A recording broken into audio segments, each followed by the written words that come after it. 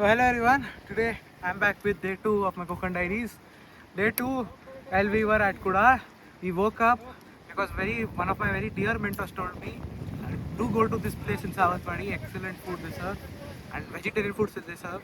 So to plan all that, first we went to Vengurla, we saw the Dutch factory, we rushed back to Savantwadi, went to that place. After that we went to Mandgaon because again Mama said there's Datta Mandir there, and from there we went to Marwan, Sindhudurg. So enjoy. So hello everyone, we are at the Dutch Vengurla factory today at Vengurla, and this is an important place. Restoration work is going on. Why is restoration work going on everywhere I go? But restoration work is going on, and anyways, what is an important? Why is this an important place? Because in the year 1664, this was the site of a great war between the Marathas and the Dutch. What happened was the Dutch were bringing their ships, or the ships meant for the Dutch were coming in the Vengurla harbor behind this, and the Marathas weren't letting them come. They were like, pay tax. You have to pay tax for the. This is our territory, because Kuda was Shivaji Maharaj's territory, and he was like, you have to pay tax to let this enter here, and the Dutch were refusing. So the Marathas confiscated lots of ships, some Arab ships, some Dutch ships, some Gujarati ships, and they created a havoc. And not many people know about the Dutch and the Maratha relations. One of my good friends and come guide, Mr. Nikhil Bellarikar sir, is writing a lot about it. And moreover, there's Sir Desai has written a lot about it. Rajwade, of course, has written a lot. But what is an important part to see here is it's also what historians focus to write on. Only political history won't do a lot. Historians have to focus on economic history too, and more or less Dutch Maratha relations are an important aspect of it, because they have economic relations. You don't see a lot of economic relations like you see with the Marathas and the Portuguese, or the Marathas and the British, but the Marathas and the Dutch would also have had some sort of relations given proximity to Shivaji's territory. So we must consider that too. But yeah, the Dutch Vengurla factory is an important site of a battle, in which the Marathas conclusively created havoc, huge, unleashed havoc on the Dutch. So whenever you come to Vengurla, do at least come and visit here and realize the importance of the place you're standing at. Thank you.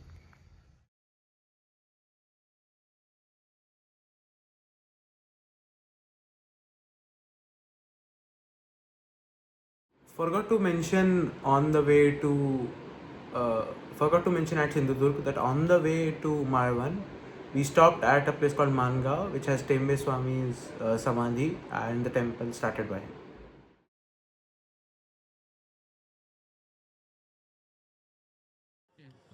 So hello everyone, we are back with another video. Today we are at Sindhudurg Fort. This is a very important fort because it was built to check Portuguese, British, Siddhis naval influence. Starting from the year 1659, Shivaji Maharaja had naval ambitions. When he took an important area of Konkan, around 300 kilometers in length, he had naval ambitions because he wanted to take charge. He wanted to liberate the local Hindus from extremist tyranny. Now, in the year 1659, he decides that he will need a navy of his own.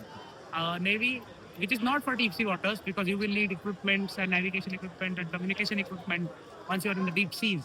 But you'll at least need a coastal navy, more like a coastal guard. Shivaji Maharaj decides, let's take Portuguese help to build these ships, Galbats and Gurabs. Gurabs are larger ships. They are borne only by manual labor. Galbats are a little bit smaller and more efficient. They are also driven by the wind and, of course, manual labor. So he decides to take their help and start building ships in the Kalyan Bay. But the Portuguese are not like the Hindus. They're very loyal to themselves and they're very loyal to their cause. So they decide, they get recommendations from Goa saying, no, stop building all these and come back. In the year 1659, another momentous thing happens. Shivaji Maharaj decides to slay Afzal Khan, the same Afzal Khan who had chained his father, who was directly, indirectly the cause of his elder brother's death, Sambhaji Maharaj the elder. And Shivaji Maharaj took the fort of Panara on 20th of December 1659. So all these things are happening, and in the year 1661 around, Shivaji Maharaj is trapped in Panara by Siddhi Johar. Siddhi means African. Siddhi means African. Siddhi is an African tribe from Ethiopia, And so Siddhi is a black-faced man who decides that he has to maintain his strategic autonomy. So he helps Adil Shah when trying to kidnap or execute Shivaji. But that doesn't amount to much. Shivaji Maharaj escapes. At the same time, Shaista Khan is here. In the year 1661, lots of things are happening. Shaista Khan is in Pune. Shivaji Maharaj goes to Pune, makes sure that Shaista Khan leaves. He enters the Lal Mahal and chops off three of his fingers. The original plan was, of course, execution, but he could chop three of his fingers, and Shaista Khan's threat was also reduced. Similarly, Shivaji Maharaj now decides that for the past 3 years or so, Shaista Khan has ravaged my territory. Shasta Khan has decided to vanquish any Hindu influence remaining. So I have to take revenge of that. Shivaji Maharaj decides to loot Surat.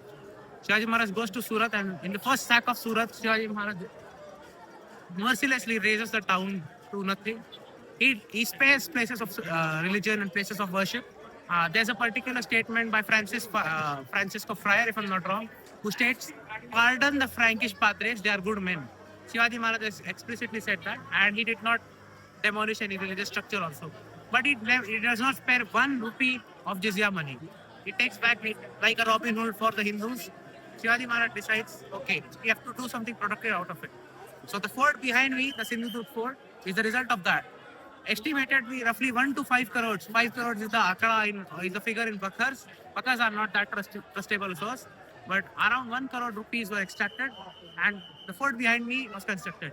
It is one of those rare forts which has the handprint and footprint of Shivaji Maharaj himself, and a life temple of Shivaji Maharaj.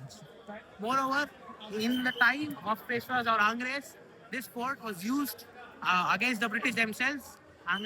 The wrath of Angres spread a lot, and further the fort fell to British hands themselves because of factionalism and infighting. So this is basically the rough history of the Sindhudurg fort. And whenever we go inside, I tell you the important aspects of the fort. There are some important aspects of the fort. The most important are the lakes. Here there's important lakes. The three lakes are Doodh Bhav, which means milk way, Dahi Bhav, which means the curd way, and Sakhar Bhav, which means sugar way. Why? Because all three are sweet water lakes. You actually have sweet water right in the middle of the sea. So this is basically the history of Sindhudurg. I could go into a bit more detail, but it is very politically sensitive. So yeah, this is Sindhudurg, and I'll show you more once we are literally on there. So hello, I'm at the Dudhbhav river, rivulet rather, and I'm looking at it. And even in summer, even peak winter, there is some water here, and it's said to be very sweet. Now, from hygiene purposes, from TDS and all those metrics, I don't know how pure it is, but it's said to be very sweet.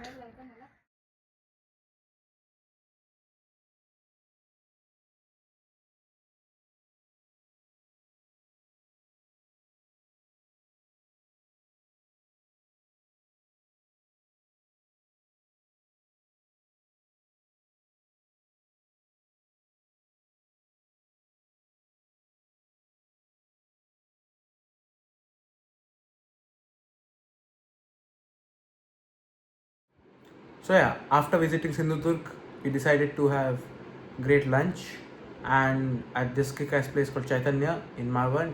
And